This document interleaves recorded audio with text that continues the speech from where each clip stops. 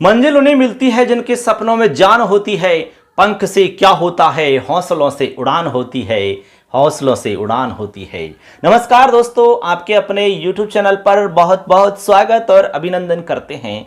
BSTC की लगातार यहाँ पर हम क्लास आपको उपलब्ध करवा रहे हैं। आज की क्लास में हम बात करने वाले हैं धातु रूप को लेकर के। देखिए, धातु रूप में बहुत सारी दिक्कत आती है। बहुत सारे बच्चे कह रहे हैं कि सर हमें धातु याद नहीं होती है, धातु के सवाल आते हैं वो हमसे सही नहीं होते हैं। तो मैं आज इस क्लास में आपको बहुत ही जबरदस्त तरीका बताने वाला हूं, बहुत ही शानदार ट्रिक आपको मैं बताने वाला हूं। ऐसा शानदार तरीका मैं आपको बताऊंगा कि आप बिना रटे भी सही कर सकते हैं। यही तो सिस्टम है संस्कृत व्याकरण का। हम आपको कुछ तरीका बताएंगे, उस तरीका को, उस सिस्टम को यदि आप समझ जाते हैं तो मैं गारंटी से कह सकता हूं कि धातु का सवाल आपका गलत नहीं हो सकता है। तो उस तरीका को समझना है आपको। इसलिए दोस्तों हमारे चैनल से आप जुड़ जाइए। चैनल को अब तक यदि आपने सब्सक्राइब नहीं किया है तो कर लीजिए, क्योंकि आपको यहां और भी क्लास मिलती है। इससे पहले भी क्लास हमने उपलब्ध करवाई है, लगातार आपको क्लास मिल सकती है। दोस्तों यदि आप कोई चाहते हैं ज्वाइन करना तो आप हमारे चैनल को ज्वाइन भी कर सकते हैं। ठीक है, ज्वाइन में क्या होगा, आपको हम नोट्स भी उपलब्ध करवाते हैं। इसके अलावा आप कोई भी पर्सनली कुछ भी हमसे पूछना चाहेंगे तो उसका आपको तुरंत जवाब मिल जाता है। विशेष जो फैसिलिटी आपको मिलेगी यहां पर नोट्स की मिलेगी। वैसे हम यूट्यूब पे क्लास तो आपके ले ही रहे हैं, वहां पे सब कुछ फ्री है। यहां पर ज्वाइन करने में बहुत ज्यादा पैसा नहीं लगता है, इसमें मामूली सा पैसा है। लगभग 300 रुपये डायमंड का इसमें एक प्लान होता है। लगभग इसमें लास्ट 300 रुपये है, इससे ज्यादा नहीं है। इससे कम के भी प्लान है, उसमें भी आप ज्वाइन कर सकते हैं। ये आपकी इच्छा है, कोई जबरदस्ती नहीं है। आपको लगता है कि वास्तव में सर हमारे लिए कुछ दे रहे हैं और हमें कुछ मिल सकता है तो आप ज्वाइन कर सकते हैं। नहीं करना चाहते हैं तो जबरदस्ती नहीं है, आप सब्सक्राइब कर लीजिए, उसी से आपको सब कुछ मिल जाएगा। केवल नोट्स की बात है तो मैं आपको नोट्स उपलब्ध करवा दूंगा वीडियो के अलावा। वीडियो तो सबको मिलेंगी, नोट्स आपको उन्हीं को मिलेंगी जो कि ज्वाइन कर पाएंगे। ठीक है, ये हमारा एक सिस्टम है। तो चलिए अब हम क्लास को शुरू कर लेते हैं। तो हम बात कर रहे हैं धातु रूप की। देखिए मित्रों, सबसे पहले हमारे दिमाग में सवाल आता है कि ये धातु है क्या। धातु है क्या? आपने हिंदी के अंदर क्रिया पढ़ी होंगी, क्रिया। ठीक है, क्रियाएं। अब क्रियाएं जितनी भी हैं उन्हीं को संस्कृत में धातु के नाम से जानते हैं। ऐसे आप समझ लो मोटा मोटा तरीका। जैसे कि आना जाना, खाना पीना, रोना, हंसना, उठना, बैठना, पढ़ना, लिखना, दौड़ना, भागना, ये सब की सब हमारी क्रियाएं हैं ना। इन्हीं को हम संस्कृत में धातु के रूप में व्यवहार करते हैं। धातु, जैसे हमने कहा कि पठ धातु, गम धातु, लिख धातु, हस धातु, तो वो ही तो क्रिया है सबकी सब। जैसे कि आना, ठीक है, जाना, ये क्रियाएं हैं जिनको हम संस्कृत में धातु के नाम से जान रहे हैं। तो एक बात तो क्लियर हो गई कि धातु का मतलब क्रियाएं हैं। ठीक है, अब संस्कृत में एक सूत्र चलता है, भूवादयो धातवः। आपने शायद पढ़ा होगा, नहीं पढ़ा है तो कोई बात नहीं है, घबराने की आवश्यकता नहीं है। भूवादयो धातवः, भूवादयो धातवः। इसका मतलब क्या है? इसका मतलब है कि भू आदि, भू वा और जितनी भी आदि हमारी धातु हैं इनकी क्या होती है भैया? धातु संज्ञा। भूवादयो धातवः, इससे धातु संज्ञा होती है। मतलब जो भू अथवा वाह इत्यादि जो हमारी क्रियाएं हैं, क्रियावाची, क्रियावाचिनो धातु, जिनका अर्थ है क्रिया के रूप में, जिनका अर्थ क्रिया के रूप में है। जैसे एग्जाम्पल दिया, भू वा इत्यादि इत्यादि। ठीक है, तो क्रिया के रूप में जिनका अर्थ है उनकी धातु संज्ञा होती है संस्कृत के अंदर। क्या होती है? धातु संज्ञा। जैसे हम भू का मतलब यहां होना लेते हैं, होना, और वा का मतलब बहना होता है। जैसे हवा बहती है, ठीक है, पानी बहता है, तो ये हमने धातु का अर्थ लिया। जब धातु का अर्थ इनका होगा तब इसकी क्या होगी? धातु संज्ञा होगी।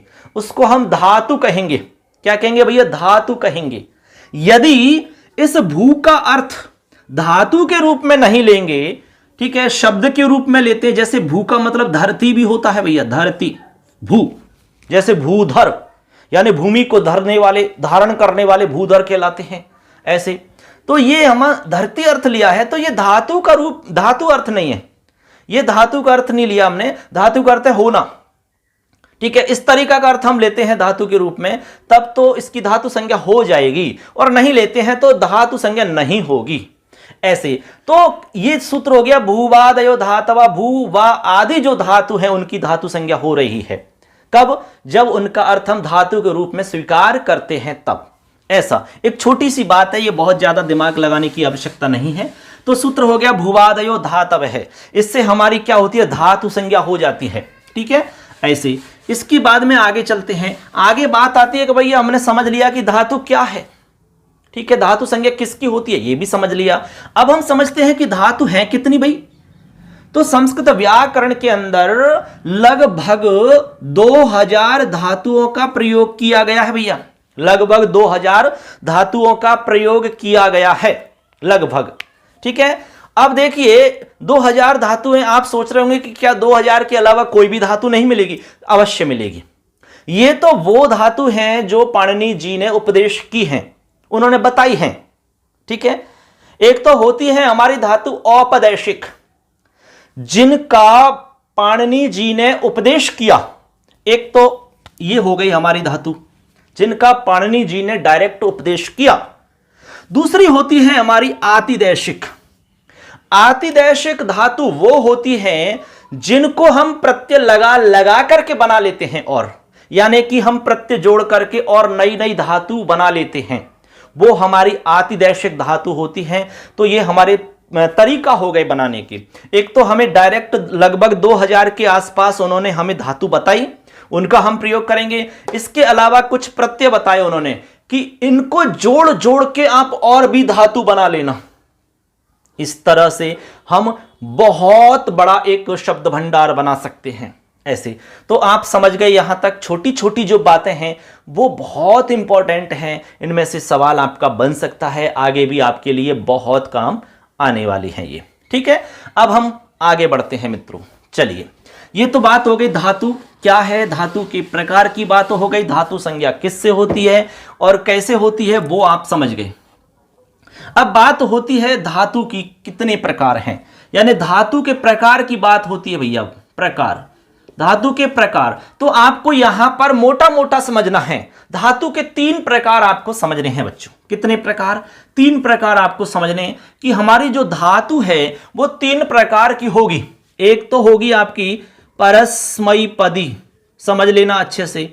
एक धातु तो आपकी परस्मैपदी होती है, एक आपकी भैया आत्मनेपदी होती है, आत्मनेपदी होती है, और तीसरी होती है हमारी उभयपदी। अच्छे से समझ लेना, उभयपदी।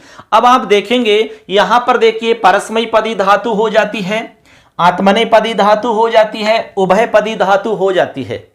अब इनको आप ज्यादा मतलब गहराई से समझे नहीं, गहराई से समझने की आवश्यकता नहीं है, मोटा मोटा समझना है। केवल यह समझना है कि 3 प्रकार हैं, परस्मैपदी, आत्मनेपदी, उभयपदी। थोड़ा सा मैं हिंट के रूप में बता देता हूं। परस्मैपदी वे धातु होती हैं जिनका क्रियाजन्य फल किसी दूसरे को मिलता है, यानी परगामी होता है। ठीक है, परगामी। तो वो सब धातु आपकी परस्मैपदी के अंदर आएंगी, परस्मैपदी के अंदर। जैसे कि पढ़ता है, लिखता है, ठीक है, हंसता है, दौड़ता है, भागता है, ये सब धातु आपकी परस्मैपदी में आएंगी। कहने का मतलब आप ये समझ लीजिए कि 99% के आसपास आपकी धातु इसी में आती हैं, परस्मैपद में। कुछ धातु यहां पर मिलेंगी, कुछ यहां पर मिलेंगी, बस। तो ये बहुत कम है, इनको समझ लेंगे, ज्यादातर बची कुछ सब इसमें आ जाएंगी। तो समझ गए, आत्मनेपदी वो धातु होती हैं जिनका क्रियाजन्य फल स्वयं को प्राप्त होता है, खुद को प्राप्त होता है, ऐसा समझ लो। जैसे कि याच, सेब, लव धातु, जैसे सेवा करना होता है, लव धातु है। ठीक है, ये आत्मनेपदी के अंतर्गत रखी जाएंगी। कुछ धातु ऐसी होती हैं बच्चों जिनका मतलब प्रयोग हम उभयपदी में कर लेते हैं। उभयपदी का मतलब होता है भैया परस्मय पदी के भी गुण रहेंगे उसमें और आत्मनेपदी के भी गुण रहेंगे, यानी दोनों के गुण रहेंगे तो उसको रख देंगे उभयपदी में। जैसे मान लो एक धातु में बता देता हूं, पच धातु है, सिंपल है पच। अब पच धातु परस्मय पदी भी है तो रूप चलता है पचति, पचतः, पचंती। और जब इसको आत्मनेपदी में रखेंगे तो रूप चलेगा पचते, पचेते, पचंते, ऐसे। तो ये धातु दोनों जगह रखी जा सकती है, इसलिए इसका नाम हो गया उभयपदी धातु। तो अब समझ गए बच्चों की धातु के प्रकार 3 हुए, परस्मय पदी, उभयपदी और आत्मनेपदी। ये 3 प्रकार आपको ध्यान रखने होंगे। क्लियर? आगे चलिए, अब हम आगे बढ़ते हैं। एक शब्द आता है पद। क्या आता है? पद। ठीक है, यह बहुत ही इंपॉर्टेंट बात मैं आपको बताने जा रहा हूं। अब पद देखिए, सबसे पहले बात आती है कि यह पद क्या है। पद क्या है मित्रों, मैं आपको एक बात समझाता हूं छोटी सी। संस्कृत व्याकरण का या हम संस्कृत भाषा की बात करें तो इसमें एक नियम है, अपदम न प्रयुंजीत, मतलब बिना पद के हम किसी का प्रयोग नहीं करते। मतलब जब हमें कुछ शब्द का प्रयोग करना है, कुछ बोलना है, कुछ भी प्रयोग करना है तो पहले उसे हमें पद बनाना पड़ता है। यह संस्कृत भाषा का नियम है। उसे हम बिना पद बनाए प्रयोग में नहीं ले सकते, उसको काम में नहीं ले सकते। यह मतलब आप समझें। मतलब पद कैसे बनाते हैं भैया? पद कैसे बनाएंगे? जैसे मान लो हमारी धातु है पठ। ये देखो आप, छोटी सी बात है, पठ धातु है। अब ये पठ हमारी धातु है भैया, धातु। अभी ये पद नहीं बना है, अभी तक ये पद नहीं बना। पद कब बनेगा उसको बताता हूं मैं। पद कब बनेगा ये? ठीक है, एक हमारा है राम, ऐसे, ये भी हमारा पद नहीं है। ठीक है, ये भी पद नहीं है और ये भी पद नहीं है। तो आप सोच रहे होंगे कि पद क्या होता है। तो सबसे पहले तो ये जानो कि आखिर पद होता क्या है, पद बनता कैसे है। उसके लिए एक सूत्र ध्यान रखना पड़ेगा आपको पद के लिए। तो सूत्र है मित्रों, यहां देखिए, बहुत ही छोटा सा है, सुप तिङन्तम्। तो इस तरीका से मित्रों हमने ये सूत्र आपको बताया, सुप तिङन्तम् पदम। इसका मतलब क्या है सुन लो और समझ लो, बहुत ही काम का है ये सूत्र। देखिए इसको हम देखते हैं, इसमें लिखा हुआ है सुप और तिङन्त। सुप और तिङन्त, देखो ये 2 चीज हैं। ये कह रहा है कि सुप और तिङन्त जिसमें लग जाए, सुप लग जाए या तिंग लग जाए तो उसको हम नाम दे देंगे भैया पद, उसका नाम दे देंगे पद। ऐसे समझो आप, बिना सुप लगे और बिना तिंग लगे पद नहीं बन सकता। यह नियम है संस्कृत का। अब सुप क्या है और तिंग क्या है यह समझना है आपको। ठीक है, अब सुन लो बात। सुप जो हमारे प्रत्यय हैं, ठीक है, ये प्रत्यय आपके भैया 21 होते हैं। कितने होते हैं? 21। सुप प्रत्यय आपके कितने होते हैं? 21। सुप प्रत्यय 21 होते हैं और तिंग प्रत्यय आपके 18 होते हैं। कितने होते हैं? 18। ये जो सुप प्रत्यय हैं ये लगते हैं आपके शब्द से, किसी भी शब्द में लगते हैं, और ये तिङन्त वाले लगते हैं धातु के अंदर। ये इन दोनों में अंतर है। सुप प्रत्यय तो आपके शब्द में लगेंगे और तिंग प्रत्यय आपके धातु से लगेंगे। ये इन दोनों में डिफरेंस है। तो जब हमारे पास कोई धातु रहेगी, जैसे कि ये धातु है पठ, अब इसे हमें काम में लेना है। ठीक है, पठ यानी तो पढ़ना होता है। अब इसको वाक्य कैसे बनाओगे हम? राम पढ़ना है, राम पढ़ना, वाक्य नहीं बना। वाक्य बनेगा राम पढ़ता है या राम पढ़ेगा या राम पढ़ रहा है। इस तरह से वाक्य तभी बनेगा जब इसको आप पद बना लोगे। ठीक है, राम शब्द जो है ये अभी तक पद नहीं बना। पद तब बनेगा जब इसमें प्रत्यय जुड़ जाएंगे, तब हम इसको प्रत्यय जोड़ करके बना देंगे राम। ये आपका पद बन चुका है बच्चों। हमने यहां लिख दिया पठति, ये हमारा पद बन चुका है। पद बनने के बाद में उसको आराम से काम में ले सकते हो, बोलने में लो, वाक्य बनाने में लो, भाषा के रूप में, कुछ भी आप काम में लीजिए, लेकिन पद बनाए बिना काम में नहीं ले सकते। यही संस्कृत भाषा का नियम है, इसको आप समझ जाना। क्लियर कट बात? ठीक है, तो पद क्या है सुन लीजिए। सबसे पहले है कि शब्द को यदि पद बनाना है तो 21 प्रत्यय जोड़ने पड़ेंगे। धातु को यदि आपको पद बनाना है तो 18 प्रत्यय जोड़ने पड़ेंगे। अब हमें वो प्रत्यय भी तो समझने पड़ेंगे कि भैया वो कौन से प्रत्यय हैं। ठीक है, तो शब्द वाले प्रत्यय तो शब्द में जुड़ेंगे और धातु वाले प्रत्यय धातु में जुड़ेंगे। अब मैं इसको साफ कर देता हूं और मैं आपको यहां पर बता देता हूं, ठीक है, कि वो कौन से प्रत्यय हैं। सबसे पहले मैं शब्द वाले बता देता हूं जो कि हमें शब्द में जोड़ने होते हैं, ठीक है। देखो, सु औ जस, ये आपकी प्रथमा विभक्ति के अंदर जोड़ते हैं इनको हम। सु औ जस, अम आउट शश, ठीक है, टाभ्याम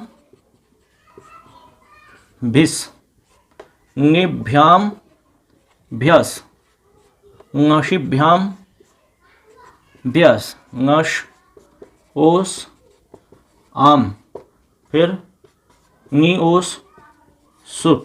देखो 1 2 3 4 5 6 7, ये 7 जो लाइन हमने लिखी है भैया, एक लाइन में 3 है, मतलब देखिए 7 × 3 = 21 प्रत्यय आपके सामने हमने लिख दिए हैं। इन प्रत्ययों को हम शब्द में जोड़ लेते हैं, इसी से हमारा शब्द रूप बन के तैयार हो जाता है। कितना बड़ा सिस्टम है संस्कृत के पास, इनको जोड़ दीजिए आप। हाँ, जोड़ते समय कुछ काट छाट करनी पड़ती है यार, आप भी जानते हो। डायरेक्ट जोड़ेंगे तो फिर मतलब क्या रहा।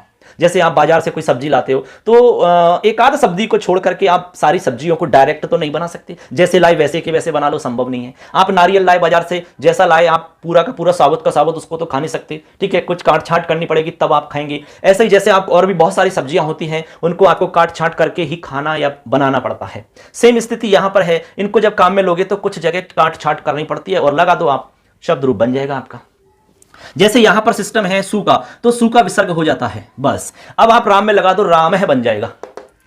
औ लगा दो तो रामौ बन जाएगा। यहां पर जस का अस हो जाता है और अस का आहा बन जाता है, आहा। ऐसे इसको लगा दो तो रामाहा बन जाता है। ऐसे इनके शॉर्ट तरीका है कुछ। तो ये सबके सब हमारे सुप प्रत्यय हैं। क्या है? सुप प्रत्यय। इनका नाम है सुप। देखो इनका क्या नाम है? सुप। तो ये जिसके अंत में होते हैं उनको हम कहते हैं सुबंत, ठीक है। सुप जिसके अंत में हो उनको हम सुबंत कहेंगे। क्या कहेंगे? सुबंत। ऐसे ये छोटी बातें हैं लेकिन बहुत ही कमाल की हैं, ये एग्जाम में आ सकती हैं और आगे भी आपके लिए काम आएंगी। तो सुप जिसके अंत में रहेगा, जैसे राम में हमने सु लगा दिया तो ये सुप अंत वाला शब्द बन गया, इसलिए ये सुबंत कहलाएगा। ये अब हमारा पद बन चुका है, इसको खूब काम में लीजिए। तो राम है, रामौ, राम, राम में अम लगाएंगे तो रामम, या आउट में से औ बचेगा तो रामौ, ऐसे बनता है इसमें। ऐसे ही आप सबको जोड़ दीजिए। देखो भ्याम भ्याम आता है तो रामाभ्याम, रामाभ्याम, रामाभ्याम, यहां पर ओहो की ध्वनि आएगी, ये सह विसर्ग में बदल जाएगा तो रामयोहो, रामयोहो, ऐसा बनता है, ठीक है। फिर बनाने के कुछ नियम होते हैं, वो हम आपको यहां नहीं बता सकते क्योंकि उसकी आवश्यकता नहीं है हमें अभी, ठीक है ना। ऐसे आप बीए में पढ़ते हैं सब चीज कैसे बनाते हैं, शब्द की सिद्धि कैसे होती है, ये है वो सिस्टम, ठीक है बच्चों। तो ये तो हो गए हमारे 21 प्रत्यय। अब मैं बताता हूं कि धातु में कौन से प्रत्यय जुड़ेंगे, इनको लिख लेना, नोट कर लेना। अब हम बता रहे हैं धातु के अंदर कौन से प्रत्यय जोड़ें, क्योंकि हमारा चूंकि आज धातु का ही टॉपिक चल रहा है। तो अब मैं आपको धातु का बता रहा हूं कि धातु को हम पद बनाएंगे तो हम क्या जोड़ेंगे। धातु के पद बनाने के लिए तो ये हमारी धातु रही पट। देखिए हमने आपसे कहा कि 18 प्रत्यय जोड़े जाते हैं इसमें, 18, लेकिन यहां पर 18 प्रत्यय दो जगह बट जाएंगे, 9 और 9, यानी 9 तो रह जाएंगे आपके परस्मयी पदी वाले, परस्मयी पदी के, और 9 हो जाएंगे आपके आत्मनेपदी के। ऐसे आपके दो जगह बट गई है। तो सबसे पहले परस्मयी पदी वाले बता रहा हूं मैं, ठीक है। देखिए तिप तस झी, तिप तस झी, ठीक है। सिप थस थ, मिप वस मस, मिप वस मस, ठीक है। फिर यहां देखेंगे आप तो नीचे ये तो हो गए आपके परस्मयी पदी, परस्मयी पदी, ये तो आपके परस्मयी पदी हो गए 9। तिप तस झी, सिप थस थ, मिप वस मस।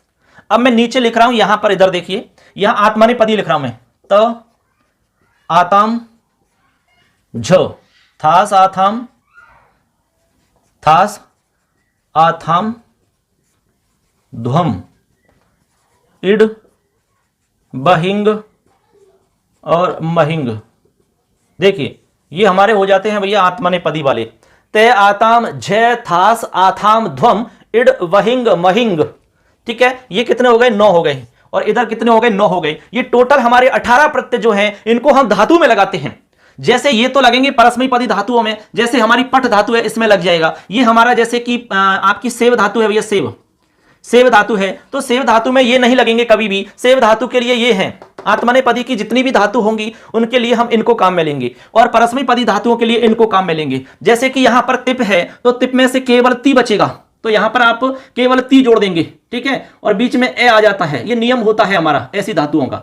अब देख लीजिए आप इसमें जोड़ दीजिए भैया, तो रूप बन जाएगा आपका पठती, पठती ऐसे बनता है। अब आप इसमें त को जोड़ेंगे और से का विसर्ग करेंगे तो पठतः, जी के स्थान पर अंति आदेश होता है अंति, तो बन जाएगा पठंती। ऐसे यहां पर पे हट जाएगा, सी बचेगा तो पठसी, यहां पर से का विसर्ग पठथ, यहां पर यूं की नहीं रहेगा पठथ, यहां पर पठामी बनेगा, यहां पर से का विसर्ग बन जाएगा, यहां पर से का विसर्ग तो पठावह पठामह, ऐसे रूप बनता है इनका। तो आप समझ गए होंगे कि इनको हम कैसे काम में लेते हैं। तो ये है हमारे दोस्तों 18 प्रत्यय जो कि धातु से जुड़ेंगे और 21 प्रत्यय हमने बताए जो कि शब्द से जुड़ेंगे। ये आपको समझ में आने चाहिए, ये दिमाग में फिट होने चाहिए आपको। इनको आप लिख लेना, एक जगह स्क्रीनशॉट ले लेना, अच्छे से समझ में आ जाने चाहिए, तभी जाकर के आपको धातु का फंडा समझ में आएगा। ठीक है, हम आपसे कह रहे हैं कि रटना नहीं पड़ेगा आपको, केवल इनको आपको जोड़ते चले जाना है। मैं आपको कुछ धातु बताऊंगा यहां पर 10-15 धातु, उसमें से आपके एग्जाम में आ जाएंगी और उससे बाहर आपका सवाल नहीं आएगा। मैं आपको तरीका बता दूंगा कैसे याद करना है, कैसे समझना है, और एग्जाम में बिना रट्टा लगाए भी कैसे सही करें वो भी तरीका बता देंगे आपको। चलिए आगे बढ़ते हैं, इसको मैं साफ कर देता हूं अभी। देखिए बच्चों, चैनल सब्सक्राइब कर लेना अब तक नहीं किया है तो, और हमने कहा है कि ज्वाइन करने का इच्छुक है कोई विद्यार्थी तो ज्वाइन भी कर सकता है, जिसको कोई प्रॉब्लम नहीं है, क्योंकि ज्वाइन करने में पैसे लगते हैं, लेकिन पैसे भी बहुत ज्यादा नहीं है, बहुत ज्यादा नहीं है। हाईएस्ट 300 रुपए हैं पैसे, हाईएस्ट 300 रुपए हैं। आप ज्वाइन करते हैं तो 300 रुपए हैं। इससे कम वाले भी हैं, कोर्स 3 प्रकार के हैं, उसमें हम आपको नोट्स उपलब्ध करवा देंगे पूरे संस्कृत के, ठीक है, टॉपिक टू टॉपिक नोट्स मिल जाएंगे, उससे आपका सारा मैटर मिल जाएगा। और क्लास में आपको वीडियो क्लास तो पूरी क्लास देखनी है, जैसा आपका अच्छा लगे वैसा कर सकते हैं। चलिए अब हम आगे बढ़ते हैं, अब हम चलते हैं लकार की तरफ। लकार, लकार ये हमारा एक प्रकार से ये मानो कि धातु रूप का एक मैराथन क्लास मान लो। इसमें सारी धातु की जितनी भी बातें हैं, जो भी कुछ मैटर है वो पूरा सॉर्ट आउट कर देंगे। इसके अलावा दूसरी क्लास हम नहीं लाएंगे। दूसरी क्लास लाएंगे तो सिर्फ हम लाएंगे अभ्यास प्रश्न की, ठीक है, अभ्यास प्रश्न की इसके बाद में क्लास रहेगी। उसके बाद में जो हमारे बड़े बड़े मेन टॉपिक हैं उन पर चलेंगे, जैसे कि कारक है, संधि है, समास है। ज्यादातर विद्यार्थी कह रहे हैं कि सर हमारा कोर्स होगा कि नहीं होगा। यार अवश्य होगा, विश्वास रखो। आपको हम जो पढ़ा रहे हैं वो समझ में आ रहा है कि नहीं आ रहा है, इतना आप बताइए बस। कमेंट करके हमें बताना कि सर हमें वास्तव में बहुत अच्छा लग रहा है, हमें बहुत फायदा हो रहा है। यदि ऐसा है तो मैं जरूर आपकी सारी क्लास इसी तरह लगा दूंगा, ठीक है ना, और आपको कोई भी प्रॉब्लम नहीं आएगी। पूरा विश्वास रखें आप, ठीक है ना। ऐसे हमारा उद्देश्य है कि यार आपको समझ में आना चाहिए, आपको कुछ लाभ मिलना चाहिए, ठीक है। ऐसे चलिए लकार की बात करते हैं। लकार को आप सीधी भाषा में समझिए कि लकार क्या है। आपने अंग्रेजी पढ़ी है सबने, अंग्रेजी में आपने टेंस पढ़े हैं सबने, टेंस, ठीक है। उसी टेंस को आप संस्कृत में लकार समझ लो, बिल्कुल दिमाग फिट हो जाएगी। संस्कृत में लकार समझिए आप, जैसे कि आप अंग्रेजी में टेंस समझते हैं, टेंस, टेंस का नाम सुनते टेंशन हो जाती है लेकिन यहां पर टेंशन आपको करने की आवश्यकता बिल्कुल भी नहीं है, क्योंकि मैं आपको बहुत ही बढ़िया फंडा बताऊंगा यहां पर, ठीक है बच्चों। तो लकार का मतलब यहां पर आपको समझना है टेंस अंग्रेजी का। अब बात आती है कि भैया ठीक है हम समझ गए, ठीक है, जैसे हमने कहा कि राम पढ़ता है। अब हमें कैसे पता लगाएं कि भाई ये कौन से उसका है, लकार का, या कौन से टेंस का है, ये कैसे पता चलाएं, ये भी हम आपको बताएंगे अभी। तभी तो आप इसका वाक्य बनाओगे, तभी तो आप इसमें क्रिया जोड़ोगे उसी तरह की, ऐसे। तो अब बात आती है कि भैया ये कितने होते हैं लकार, लकार कितने होते हैं। लकार तो समझ गए आप, लेकिन ये होते कितने हैं। तो अब आपको हम बताते हैं कि संस्कृत के अंदर 10 लकार होते हैं, 10 लकार। कितने लकार होते हैं? 10। पाणिनि जी ने 10 लकारों का उल्लेख किया है। अब 10 लकार कौन से हैं सुन लीजिए। अब देखिए दोस्तों, यहां पर हमने आपसे कहा है कि 10 लकार होते हैं। अब इन 10 लकारों को समझने की दृष्टि से हम 2 जगह बांट देते हैं। इसके 2 भाग हो जाते हैं, ऐसे समझो आप। एक तो हो जाते हैं टित लकार, एक हो जाते हैं आपके ङित लकार। देखो यहां पर आप देखेंगे कि टित का मतलब होता है जिसमें टे की इत संज्ञा हुई है, टे की इत संज्ञा, ठीक है। जहां पर टे की इत संज्ञा हो रही है उनका नाम हो जाएगा टित, और जहां पर ङे की इत संज्ञा हो रही है, ङे की इत संज्ञा हो रही है, उनका नाम हो जाएगा ङित। तो यहां पर टित वाले टोटल 6 हैं और यहां पर हमारे 4 हैं, तो टोटल देखेंगे तो 10 हो जाते हैं। कितने हो जाते हैं? 10। अब चलो मैं नाम लिखता हूं आपके सामने। यहां पर मैं नाम लिख के बता रहा हूं। सबसे पहले टित नाम लिख रहा हूं, टित वाले। ये हमारे टित हैं जिनमें आपके सब में टे आएगा। टित वाले 6 होते हैं ना, इनमें टे आएगा, टे की संज्ञा हो जाएगी। जैसे सबसे पहले है आपका लट लकार। देखो लास्ट में क्या आ रहा है? टे आ रहा है। तो सबसे पहले कौन सा हो गया हमारा? लट लकार हो गया। इसके बाद में देखो मैं क्रम से लिख रहा हूं यहां पर ई, यहां पर हो जाएगा लिट, अ ई उ, फिर हो जाएगा लुट, आ ई उ री, फिर हो जाएगा रिट, ठीक है। उसके बाद में हो जाएगा लेट और फिर हो जाएगा लोट। अब आप सभी में देख लो यहां पर टे आ रहा है लास्ट में, टे की संज्ञा हो जाएगी, इसलिए नाम हो जाएगा टित। कितने हो गए टित? 6। कितने हो गए? 6 हो गए। अब हम यहां पर आपको बता दें भैया, जो 5 नंबर का है ये वाला, ये 5 नंबर वाला जो है ये केवल वेद में काम आता है, यानी कि ये वैदिक है, ये वेदों के अंदर काम में लिया जाता है, वैदिक मंत्रों में, ठीक है। जैसे हवन इत्यादि होता है, पंडित लोग जो वैदिक मंत्रों का प्रयोग करते हैं ना, वहां पर इसका प्रयोग होता है। लौकिक, हमारी संस्कृत में लौकिक व्यवहार में इसका प्रयोग नहीं होता, तो यहां पर हम 5 ही मान लो लौकिक रूप में। लौकिक तो हमारे 5 ही हुए यहां पर, ऐसे समझिए आप, ठीक है। अब हम बात करते हैं हमारे नित वाले। नित हमने कहा 4 होते हैं, तो नित वाले सुनो। सबसे पहले आपका लंग लकार, ठीक है, 1 हो गया, 2 हो गया लिंग लकार, ठीक है, और 3 हो गया हमारा लुंग लकार, और 4 हो गया हमारा रिंग लकार। समझ गए अच्छे से? लंग लकार, लिंग लकार, लुंग लकार, रिंग लकार। अब यहां पर बच्चों जो लिंग लकार है हमारा, इसके 2 हिस्से हैं, 2 भाग हैं इसके। कितने भाग हैं? 2। एक तो है आपका विधि लिंग लकार, एक तो है इसका विधि लिंग लकार, और एक है आशीर्लिंग। आशीर्लिंग, देखिए ऐसे करके इसके 2 हिस्से हो जाते हैं। अब आप देख लो यहां पर 2 हिस्से करेंगे तो हमारे 5 हो जाते हैं, तो लौकिक व्यवहार में हमारे 10 ही लकार हो गए। तो ऐसे करके लौकिक व्यवहार में या लौकिक संस्कृत व्याकरण के अंतर्गत हम टोटल 10 लकारों का प्रयोग करते हैं। 10 लकार हमारे होते हैं, ये आपको हमने समझाने का प्रयास किया। अब उम्मीद करते हैं आपको यह बात समझ में आ गई होगी। तो इधर देखो टित वाले तो 6 हो गए और नित वाले आपके 4 हो गए, लेकिन इसमें लिंग जो है इसके 2 भाग हैं, विधि लिंग लकार और आशीर्लिंग लकार। ऐसे करके यहां देखोगे आप तो टोटल 5 ही होंगे, ठीक है। और एक लेट लकार है। मान लो सवाल आ गया कि लकारों में वैदिक लकार किसे मानते हैं, तो उत्तर होगा लेट लकार को। किसको मानते हैं? लेट लकार को, जो कि 5वें नंबर पर लिखा हुआ है। इसको हम वैदिक मानते हैं क्योंकि वैदिक मंत्रों में इसका प्रयोग किया जाता है, ठीक है। अब इसका आप स्क्रीनशॉट ले लो, लिख लो आराम से, इसको समझ में आपको अच्छे से आ जाना चाहिए।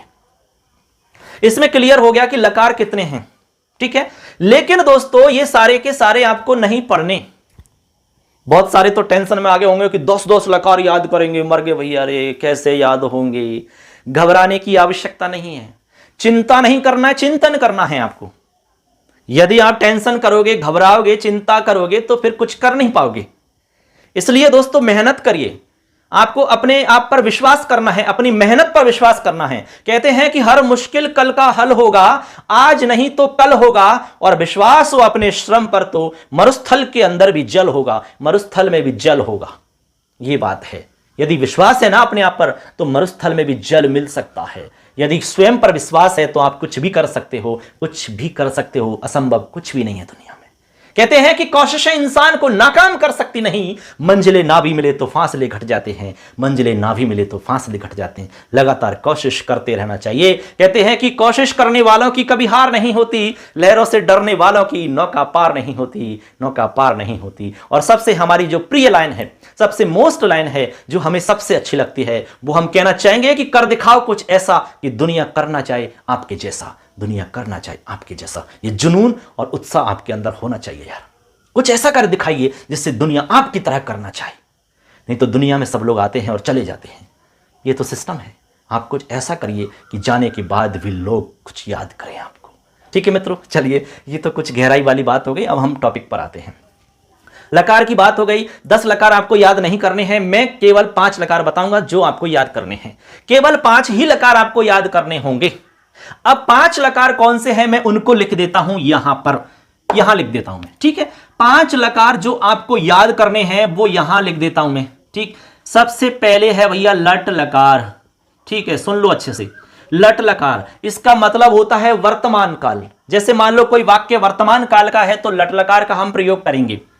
इसके बाद में नंबर 2, ठीक है, ये तो हो गया वर्तमान काल। फिर हम चलते हैं भूतकाल की तरफ, तो लंग लकार, ठीक है, लंग लकार। लंग लकार का मतलब होता है आपका भूतकाल, और ये होता है आपका वर्तमान काल। इसके बाद में 3 नंबर पे है लिट, लिट लकार, ठीक है, इसका मतलब होता है भैया भविष्य काल। क्या होता है? भविष्य काल। तो वर्तमान हो गया, भूत हो गया, भविष्य हो गया, लट लंग लिट। इसके बाद में एक होता है लोट लकार। लोट लकार का मतलब आज्ञा देने के लिए होता है। जैसे हम कोई आज्ञा देते हैं कि यार रोजाना पढ़ो, अपना काम करो, फालतू में मत बैठो, आज्ञा देने के लिए लोट लकार का प्रयोग करते हैं। और 5वां और लास्ट आपको याद करना है विधिलिंग लकार। विधिलिंग लकार कौन सा है? विधिलिंग लकार चाहिए के अर्थ में। जैसे हम आपसे कहें पढ़ना चाहिए, रोना चाहिए, हंसना चाहिए, जाना चाहिए, खेलना चाहिए, नाचना चाहिए, ऐसा जब हम वाक्य बोलेंगे तो उसमें हम प्रयोग करेंगे विधिलिंग लकार का। हमने कहा जाओ, उठो, बैठो, करो, लिखो, यह है लोट लकार, आज्ञा। समझ गए? ऑर्डर जहां होता है। ये हमारे 5 लकार है जो आपको याद करने पड़ेंगे। इनके अलावा जो बच गए उनको याद मत करना, लेकिन जो मेन बात हमने बताई है वो तो याद कर ही लेना यार, वो तो करना ही पड़ेगा। जो छोटी छोटी बातें बताई हैं वो तो जरूर याद करना पड़ेगा आपको। ठीक है, तो यहां तक क्लियर है सबके? चलिए इतना नोट कर लीजिए, फिर हम आगे बढ़ते हैं। चलिए दोस्तों आगे बढ़ते हैं हम। अब देखिए हमने यहां तक बात आपको बता दी है। अब हम आगे ये बता रहे हैं कि कौन कौन सी धातु है जो आपको तैयार करनी है। ठीक है, पूरा क्लियर हो जाएगा इसमें। इसके बाद में कोई टॉपिक हमारा नहीं बचेगा, इसमें केवल अभ्यास प्रश्न की एक क्लास में लूंगा इसमें, और उसके बाद हमारी ये पूरी कंप्लीट वीडियो हो जाएगी। ठीक है, अब देखिए इसमें हम धातु रूप देखते हैं। धातु कौन कौन सी धातु हैं जो हमें याद करनी पड़ेगी। ठीक है, अब देखो मैं यहां पर कुछ 10-15 धातु आपको बताऊंगा। देखिए इधर मैं लिख रहा हूं, एक तरफ तो मैं आपको लिख रहा हूं यहां पर परस्मय पदी वाली धातु जो ज्यादातर हम सब जानते हैं। पट एक धातु, पट के बाद में एक आपको याद करनी है भू धातु, भू। तीसरी है इश, इच्छा। और एक आपको याद करनी है गम धातु। कौन सी है भैया? गम। गम तो आप जानते होंगे। इसके बाद में एक धातु आपकी बहुत ही मोस्ट है दृश्य। कौन सी है? दृश्य। दृश्य यानी क्या होता है बताओ? दृश्य यानी देखना। क्या होता है? देखना। फिर है पा, और फिर है आपकी नृत्य। क्या है? नृत्य। ठीक है, इसके बाद में यहां पर देखते हैं हम 8 नंबर। नृत्य के बाद में आपको याद करनी है श्रु धातु। कौन सी है? श्रु। बताओ श्रु का मतलब क्या है? श्रु यानी सुनना होता है यार। फिर है लिख, फिर है आपकी नम, और फिर है आपकी नम के बाद में बताइए, नम के बाद में आपको याद करना दा धातु, और फिर आपकी एक धातु याद करनी है इसमें क्री धातु। ठीक है, और एक याद करनी है आपको अस धातु, अस। और एक लास्ट और बता देता हूं यहां पर पच धातु, पच। ये हमारी टोटल 14 धातु हो चुकी हैं। ये हमारी परस्मय पदी के अंदर हमने बताई है। इनके अलावा एक आध धातु और है जो याद करनी पड़ेंगी, जैसे सेव धातु। ठीक है, 16 नंबर पे सेव के बाद में लव धातु, फिर 17 पे वृत धातु। ठीक है, फिर 18 पे आपकी जन धातु, फिर 19 नंबर पे आपकी पच धातु। ठीक है, और 20 नंबर पे क्री धातु। ऐसे ये 20 धातु हमारी हो जाती है बच्चों। इनको नोट कर लो अच्छे से। इनको हमें पढ़ना पड़ेगा, याद करना पड़ेगा, समझना पड़ेगा। आप सोच रहे होंगे सर ने तो इतनी सारी धातु हमें बता दी, कैसे याद करेंगे? अभी टेंशन मत लो आप यार, घबराओ मत इतना। ठीक है, हम जो आगे बता रहे हैं उस पर फोकस करो। हम आपको ऐसा तरीका बताएंगे कि इसमें से 2-3 ही धातु याद करनी पड़ेंगी बस, बाकी ऑटोमेटिक अपने आप याद हो जाएंगे। ऐसा भी तरीका होता है? जरूर होता है। ऐसा सिर्फ संस्कृत भाषा में होता है, अन्यत्र नहीं होता। सुनिए, अब देखो हमने जो आपको यहां 14 धातु लिखी है ये वाली। ठीक है, इन 14 धातुओं में केवल एक आध धातु है जिनको आपको याद करना पड़ेगा, बाकी ऑटोमेटिक हो जाएंगी। इन 14 धातुओं में सबसे सरल धातु आपकी पट धातु है बच्चों, पट धातु।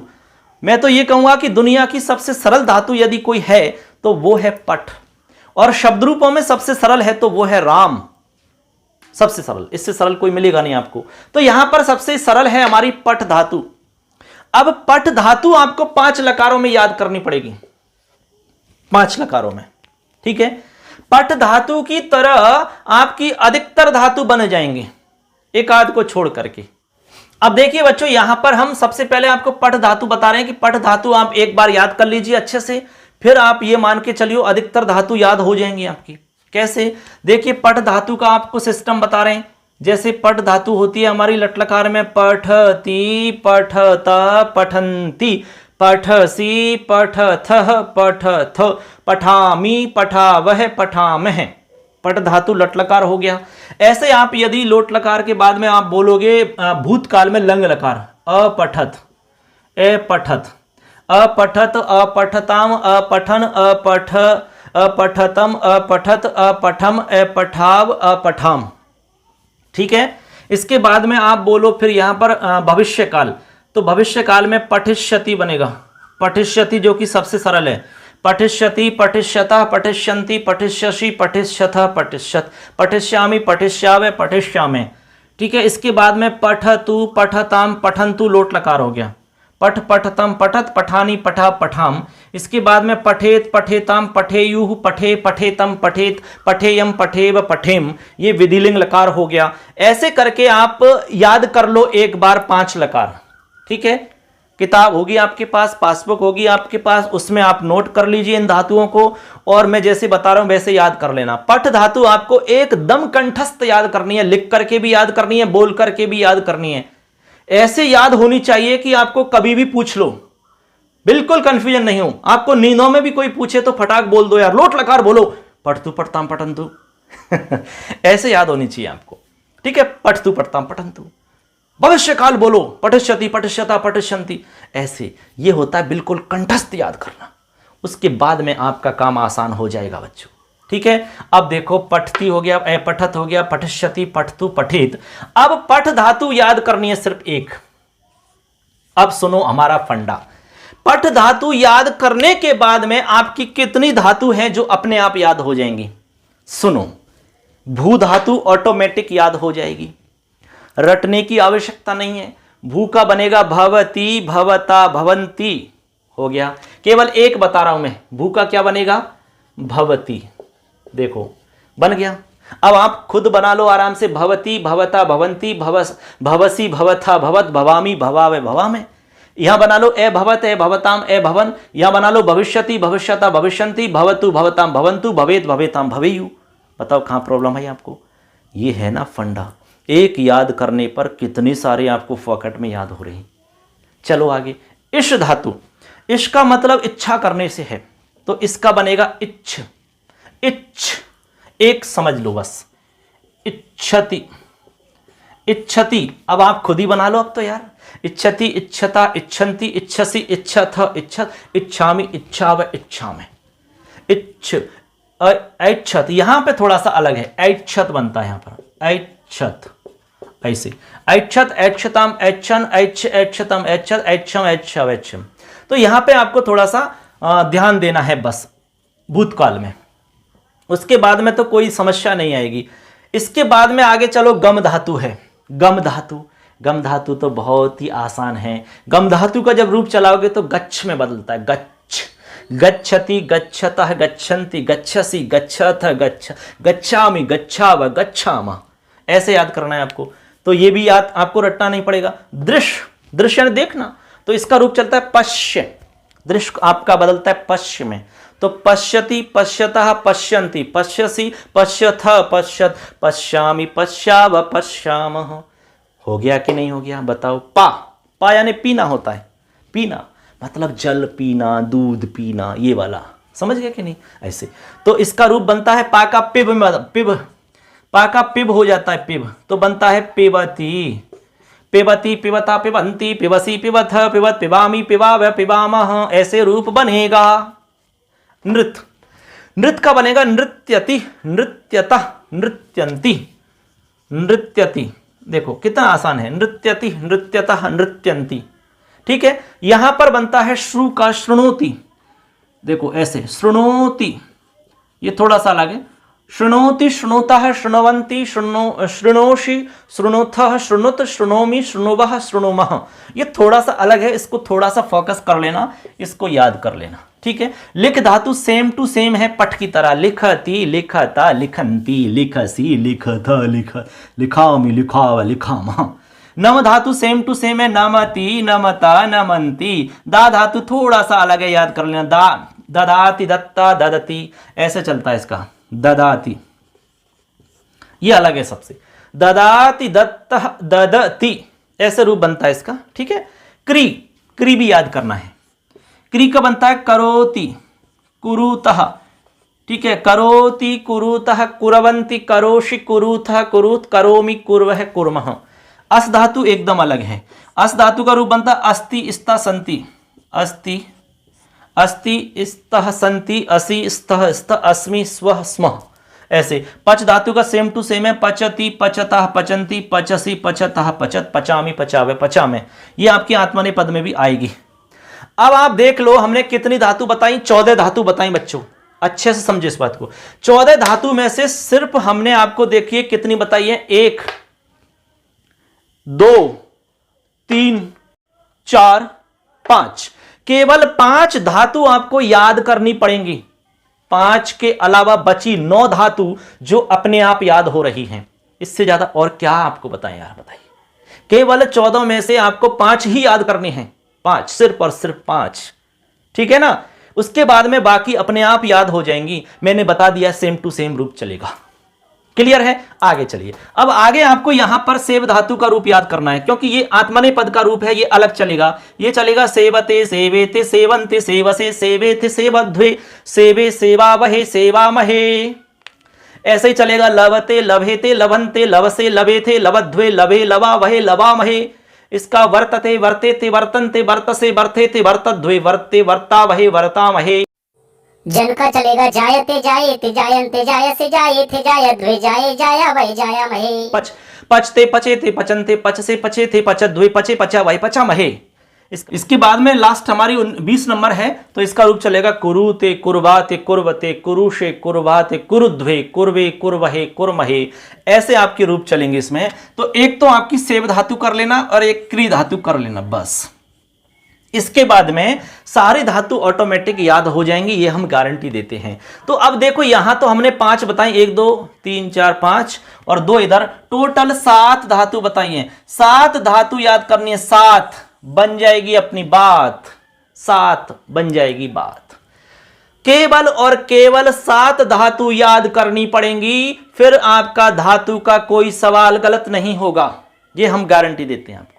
और जो तरीका मैंने बताया, जो छोटी छोटी बात मैंने आपको बताई है, वो आपको सब याद रहनी चाहिए, फिर आपका कोई भी सवाल नहीं जो गलत हो जाए। कैसे होगा यार, गलत हो ही नहीं सकता, ठीक है ना। ऐसे तो पट धातु याद करनी है, श्रु धातु करनी है, दा धातु, क्री धातु, अस धातु। इसके बाद में आपकी सेव धातु और क्री धातु आत्मनेपद वाली, ये आपको याद करनी है बस। उसके बाद में कोई प्रॉब्लम नहीं है, ठीक है ना। ऐसे अब बताओ इसमें कोई प्रॉब्लम हो तो आप बता सकते हैं। तो ये हमारा धातु का जो टॉपिक था आज का कंप्लीट हो जाता है बच्चों। इसमें हमने आपको बताया धातु क्या है, कितने प्रकार होते हैं, लकार के बारे में, लकार क्या है, लकार के प्रकार, कितनी धातुओं का प्रयोग किया जाता है, पद क्या होता है, पद संज्ञा किससे होती है, धातु संज्ञा किससे होती है। इसके अलावा लकार कितने हैं, कितने लकारों का प्रयोग किया जाता है। इसके बाद में हमने बताया कितने लकारों में हमें याद करना है, कौन कौन सी धातु मोस्ट है, कैसे याद करना है, क्या धातुओं का सिस्टम है। ये सब कुछ इस वीडियो में हमने बताया। उम्मीद करते हैं आपको समझ में आ गया होगा। लगातार क्लास मिलेंगी आपको, कुछ बीच में काम हो जाता है, आप जानते हैं घर में काम हो ही जाते हैं, फिर भी हम पूरा प्रयास करते हैं आपको कि भाई समय निकाल करके आपकी क्लास लें। हमने क्लास ली है, अभी रात्रि को हम ये क्लास शूट कर रहे हैं और आपको ये क्लास या तो रात में मिल जाएगी या सुबह तक जरूर आपके पास पहुँच जाएगी। दोस्तों कोई भी सवाल रहता है, कोई डाउट रहता है तो आप जरूर हमसे पूछना। हमने आपको पूरा प्रयास किया है सरल से सरल रूप में बताने का। आगे भी आपको हम क्लास लेके आएंगे, लगातार क्लास चलती रहेंगी आपकी। अब मैं धातु रूप की सिर्फ एक क्लास और लाऊंगा जिसमें अभ्यास प्रश्न बताऊंगा सिर्फ। इसमें आपको केवल याद करना है। मैंने मोस्ट धातु बता दी है, तरीका मैंने समझा दिया है, सब कुछ बता दिया है, आपको याद करना पड़ेगा। ठीक है बच्चों, क्लियर है सबके। और मैंने आपसे कहा है कि भाई यदि आप नोट्स चाहते हैं कंप्लीट संस्कृत के, यदि नोट्स आपको चाहिए स्वयं के द्वारा, हमारे द्वारा तैयार किए हुए नोट्स आपको चाहिए, तो हमारे इस चैनल को आप ज्वाइन करिए। चैनल को आपको ज्वाइन करना है। आप हमारा जो वीडियो देख रहे हैं इसमें देखिए आपके राइट साइड में, ठीक है, जो सब्सक्राइब का बटन है उसके पास में जो घंटी वाला बटन है उसके बगल में ही ज्वाइन का एक चिन्ह बना हुआ है। ज्वाइन एक बटन है ज्वाइन का, आप देखो दिख जाएगा। ज्वाइन वाले पे जैसे आप क्लिक करोगे तो आपके सामने कुछ ऑफर आएंगे, मतलब कुछ प्लान आएंगे, जिसमें आपको एक 299 यानी 300 रुपये तक का लास्ट प्लान है। इसमें ज़्यादा नहीं है, बहुत ज़्यादा आपको इसमें मतलब पैसे देने की आवश्यकता नहीं है। इसमें से 300 रुपये वाला आप चयन कर सकते हैं, या उससे पहले जो कम वाले हैं वो भी आप ले सकते हैं, कोई प्रॉब्लम नहीं है। और ये आपके लिए फोर्स नहीं है, ये आपकी इच्छा के ऊपर है। आपको लगता है कि सर हमारे लिए कुछ अच्छा दे सकते हैं, सर इतनी मेहनत करते हैं, तो आप ज्वाइन कर सकते हैं, ये आपके ऊपर है, ठीक है। और अपने दोस्तों को बताइए, ठीक है। अच्छा लगे तो इसको लाइक करिए और चैनल को सब्सक्राइब तो जरूर करना ही है, ठीक है दोस्तों। अगली क्लास में फिर मिलेंगे। अच्छे से अपनी तैयारी को लगातार रखें, अपना और अपनों का ध्यान रखें। मिलेंगे नेक्स्ट क्लास में, तब तक के लिए जय हिंद, वंदे मातरम, जय तु भारतम, जय तु संस्कृत।